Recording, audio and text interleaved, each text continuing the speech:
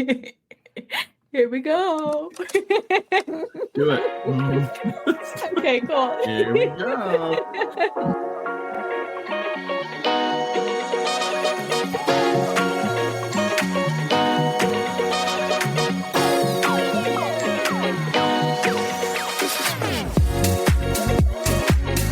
Welcome back to Coffin Talkin', where we unravel the mysteries, embrace the peculiar, and find humor in the unconventional world of funerals and death. We're back again. I bet you're surprised.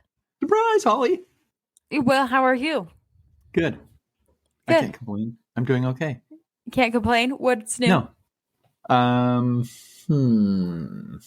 What is new? Man, I thought of something and I can't remember what I was going to say. Go with what's new with you. Okay, you be thinking, oh, what was I going to say?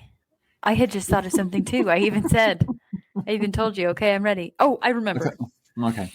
Mine is that I went to, so Caden is in intramurals for volleyball. Mm-hmm. Okay.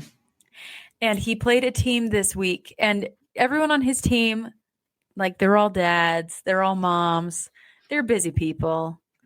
They're not like the typical college bros, that are super into, they're not gym rats. And they faced a team in the tournament of all gym rats. And all these boys were so obnoxious. Oh my gosh. They hit a volleyball and it came within 4 feet of Conrad. I had to swat it out of the way. Were you, was he in his car seat. No, he was in his car. It wasn't really that close, but it felt really close to me.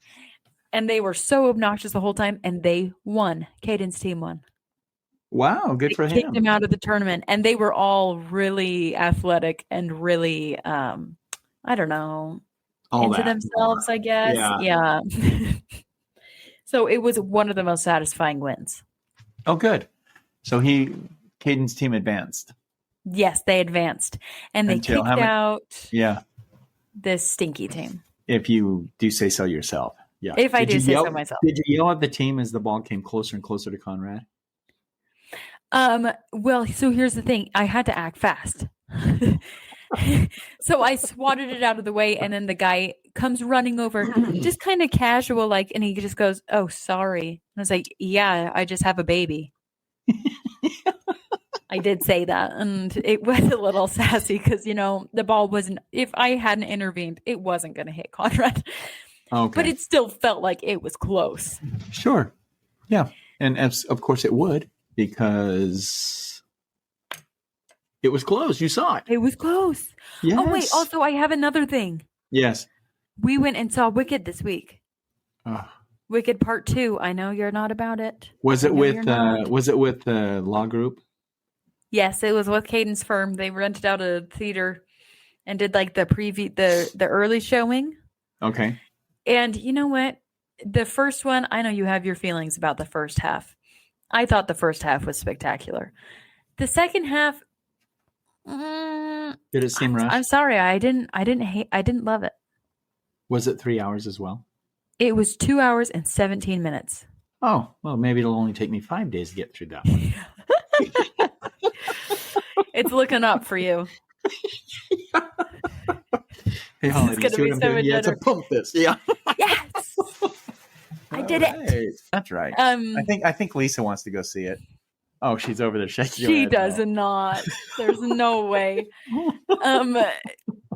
Yeah, honestly, I was underwhelmed. And I get with Wicked, everything is front loaded, so the front half is so much better. Yeah, well, it's foundation building. Yeah, and there's so much more happening. But the second half just, I don't know. I was not impressed. I will say, for our Wicked fans, No Good Deed was fantastic. It was incredible. What's that mean? That's one of the songs. Oh, okay. All right. It was amazing. I guess one of the highlights of that movie would be her screaming, "Monkeys, go find that Dorothy!" Oh my gosh, she did say that. She did scream that. That's the only tease I've only seen on that movie, on that second part this year. Yeah, that's the only tease. I felt kind of heartless because Nessa, the sister that's in the wheelchair, that's kind of just the worst. Yeah. I don't like her. And so I was, as the tornado was coming,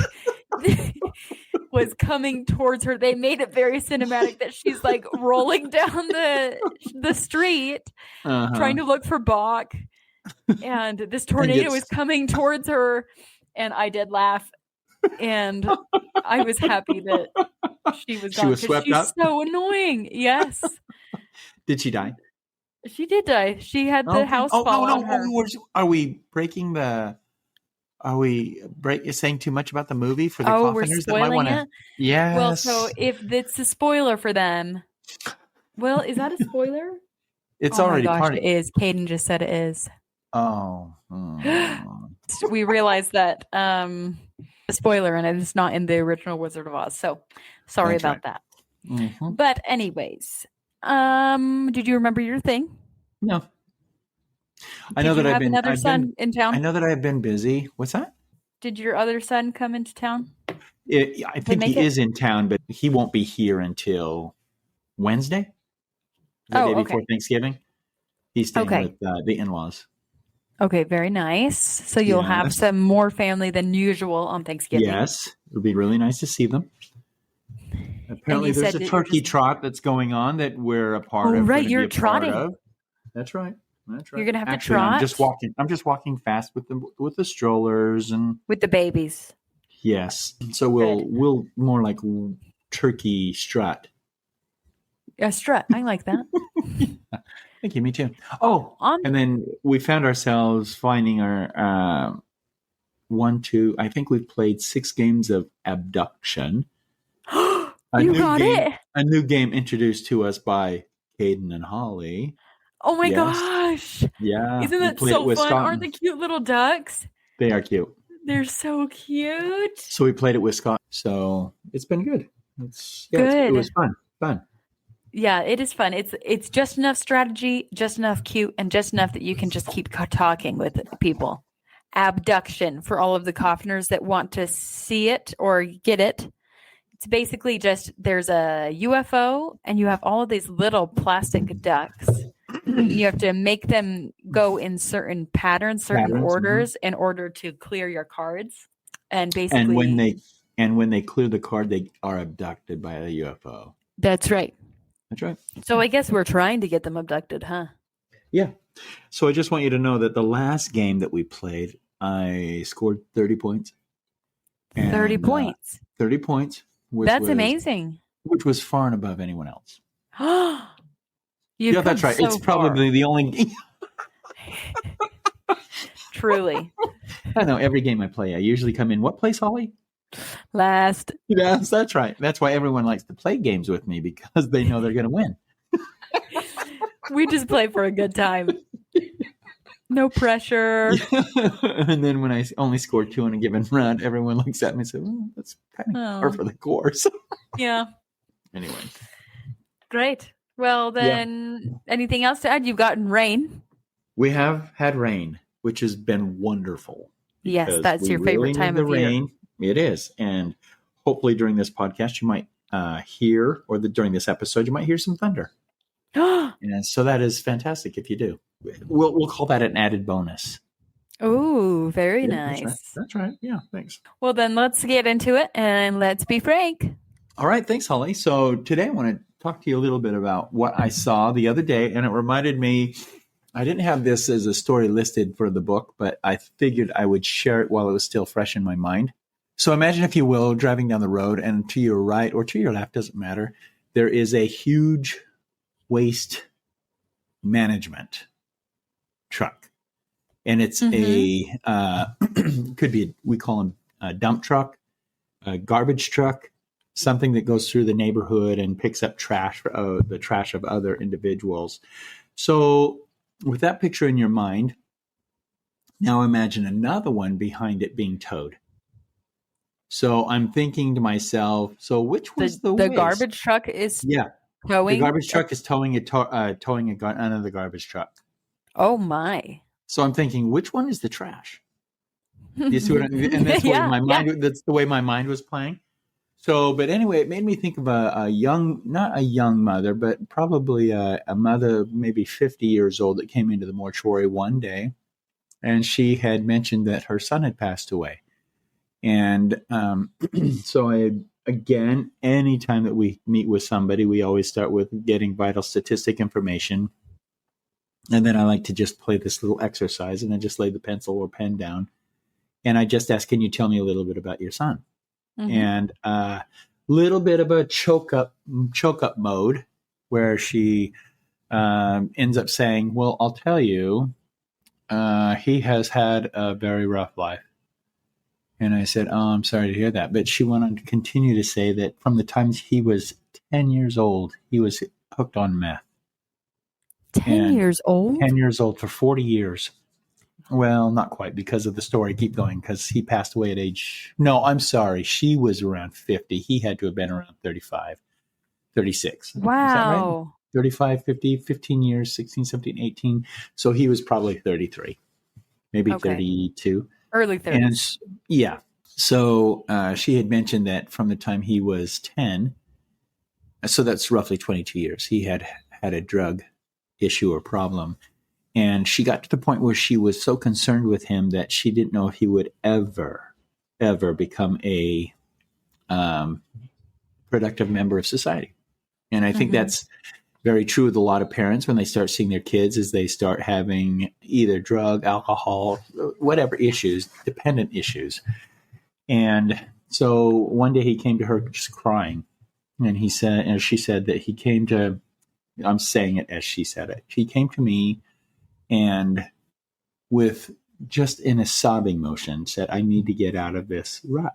I need to get out of this life that I've created for myself. And he just looked at, and she said, he looked at me and said, and asked, can you help me? Oh. And I just kind of, at that point, you just kind of melt, because as a parent, as you are now, if Conrad ever came to you and said, can you help me? You're going to do everything you can to see what you can do to help him. Yeah. So she put him in a, what are one of these facilities? Rehab? A rehab, but it's like a tough love location. Oh, Not necessarily a rehab, but something where you almost have to go cold turkey on getting off of whatever you're on, whatever substance. It's a kind of a cold turkey thing. She said he was there for 2 years. Whoa. And finally was able to come out, and he just felt so good about himself. And when he came out, the first thing he wanted to do was find a job, because up to that point, he had never had full-time employment, never employment at all, actually. And so she was very supportive of it and asked him to do whatever he needed to do to get a job. She was currently working as a retail of some sort. Names were different. So her last name was different from his last name. And she said, I'll give you a reference. I can give you a reference. So she, as his mother, even though no one would have recognized her as his mother, wrote this, put her name, had him put on the resume here her name for a reference. So she received a number of calls, and so she knew. She kind of smiled. She said, I knew that he was looking for a job and was actually being interviewed because people were calling me. Yeah, that's great. References. Yeah, it was great. I guess about the 2.5 week period that he had been looking for a job, he was finally offered a job as a garbage handler. Someone, and now they're electric, or they have those large handles that come out from the side of the truck, and they grab the barrels. Yeah, they grab the barrels and they dump the trash or the recycling into the main unit, but not when he was hired. So when he was hired, he was actually riding along the back side of the dump truck, jumping off the truck, grabbing the waste barrels, and then dumping them in, putting them back, then jumping up onto the truck, waiting for the next ride or to the next house. On this particular occasion, and it was a snowy day, he had jumped off the truck and had grabbed the waste barrel, and he had thrown it into the truck. And then the waste barrel went back onto the ground, which was the signal to the driver that it was okay for him to move forward. So when he placed the barrel on the side next to the truck, he slipped and fell, and he went under the truck. No. And so the truck rolled right over him. And the truck went to the next stop and realized that he was not there to grab the barrel. They didn't even notice. They had went back, so he backed up and beep, beep, beep, and hit him again. No. Yeah. And so the mother at this point, as she's sitting across the table talking to me, she was just so distraught. So she had known that he was doing so good in his life and had turned around completely, and was so excited about his new job. And he'd only been there for, I think she said, maybe 4 weeks when the accident occurred. And so he said, the only thing I want to do is just see him before he is buried. And I talked to the medical examiner. The medical examiner at this particular location said I wouldn't suggest seeing him at all. He's flat. Right. And so I don't know how else. She said. I said, well, the lady said, I don't know how else to describe it. He's been hit twice by the same waste truck, and said there's just no way that I would do it. I wouldn't let her see him. So I gradually talked to her and told her about the situation, the circumstance of her son. And she said, there has to be something I can see that I can identify with my son. And I said, okay. I said, when he's in my care, I'll go ahead and call you and tell you what I can do.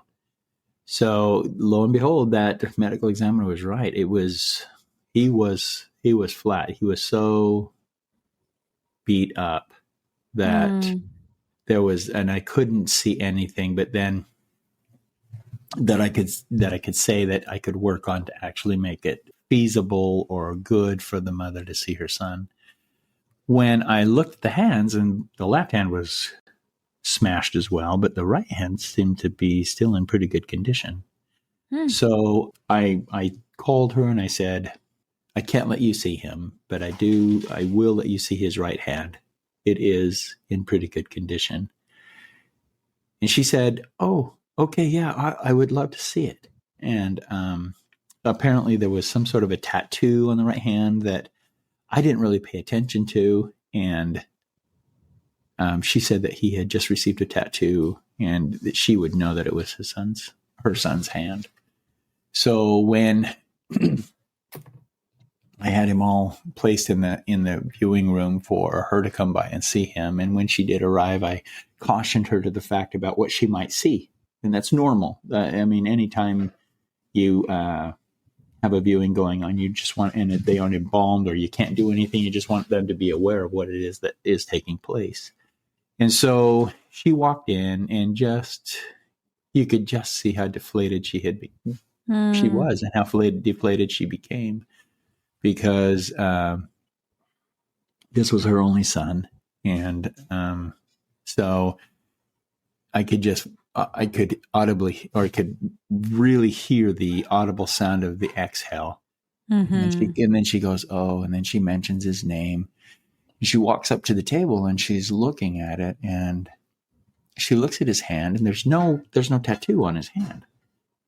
So she said, I don't think this is my son, because he said he got a tattoo on his hand, on his right hand, but there's no tattoo. And I said, maybe it was the left hand. And so I just pulled back the bag, and there with the hand, it's like someone had put a press on his hand. It was so bad, but there was no tattoo on the left hand. And I said, oh boy. And so I just zipped up the pouch just as much as I could and kept that right hand exposed. And I said, well, maybe it's on the underside. And so she turned the hand, and there inscribed on his wrist was my mom, my hero, my maker, my all. And so she just started to cry because she knew that the tattoo was something about her.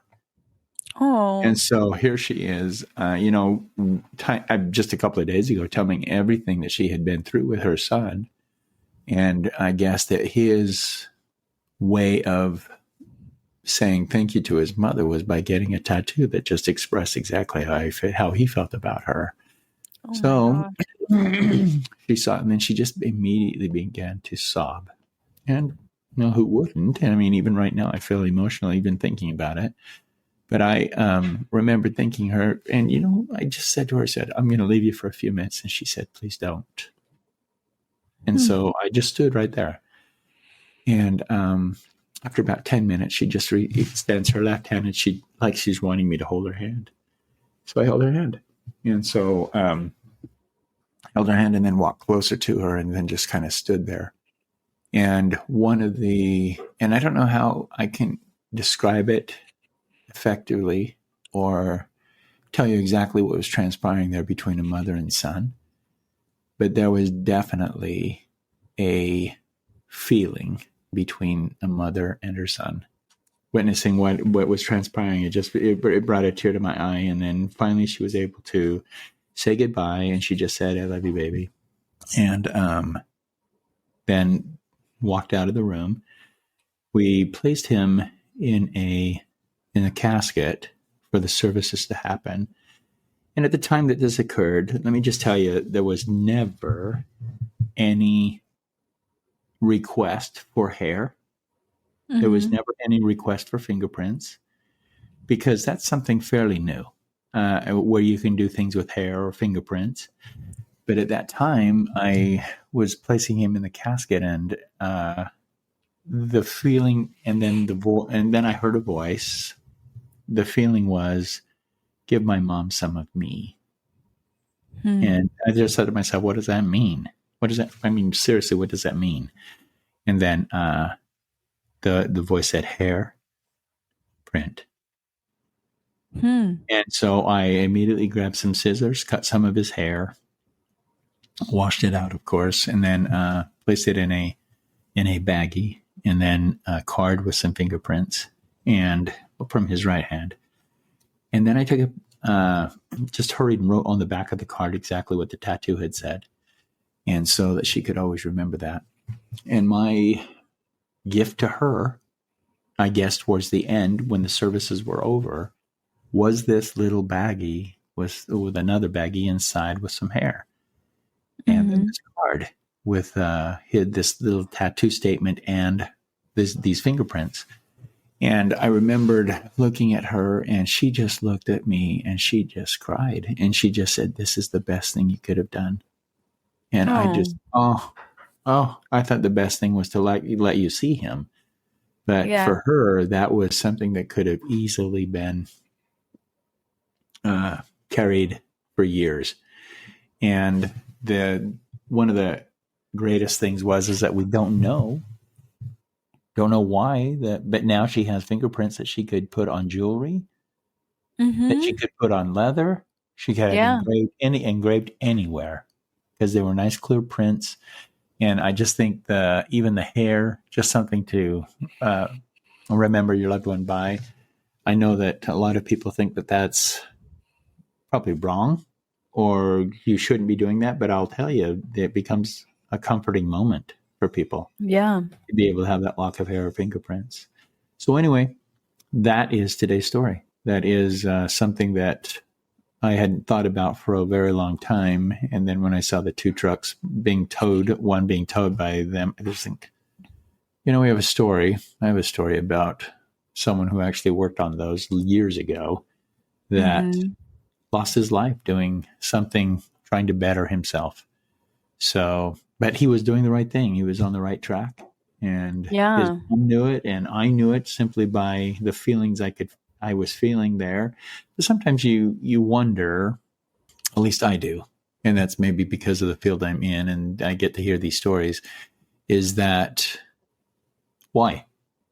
If someone's making a change in their life and they're trying to do better, how does that happen? And I know coffiners probably have these questions about their loved ones that pass away all the time. And there's so many different avenues that you could actually walk down and think about with regards to why someone passes away as opposed to someone else. Anyway, just something. What are your thoughts on that at all, Holly? I don't know. I think it's tragic.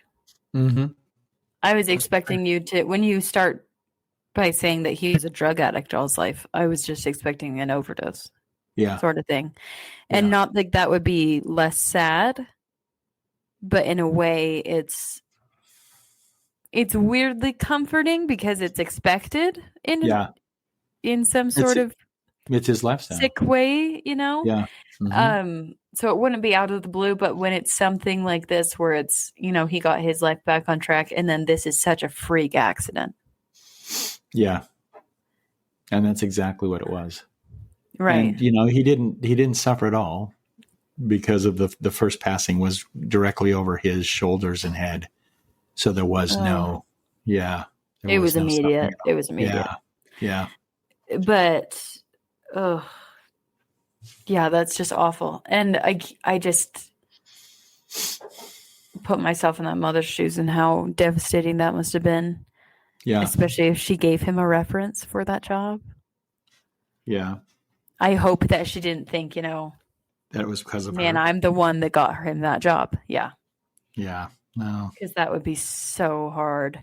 But I don't know. I think it's really special that he had, the one part of him that was salvaged was the part that had the tattoo that she would be able to recognize it. It's true. So anyway, I think that this is where the real truth of hope and faith comes into play, where if you don't have any religious background or foundation, it can be devastating. But I think everybody, Coffeners, I'm sorry, I'm going to just go out on a limb here.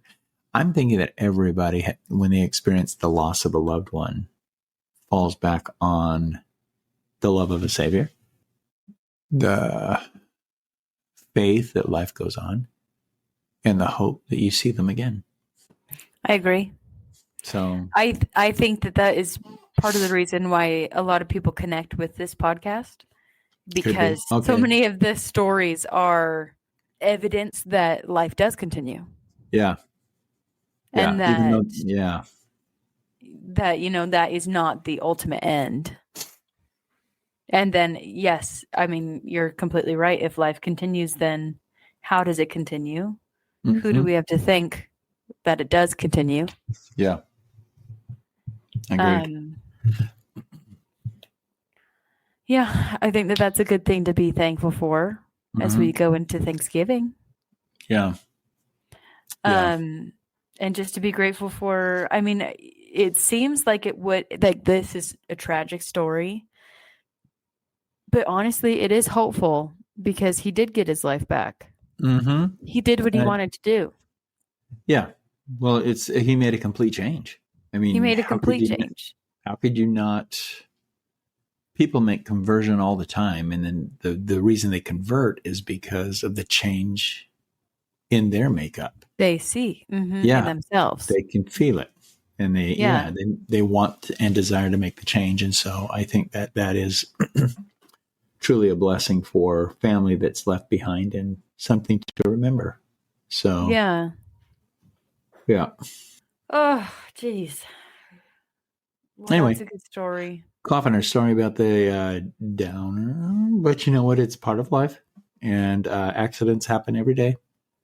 And I just wanted to share this one with you only because of it being fresh on my mind after witnessing a garbage truck being towed by a garbage truck.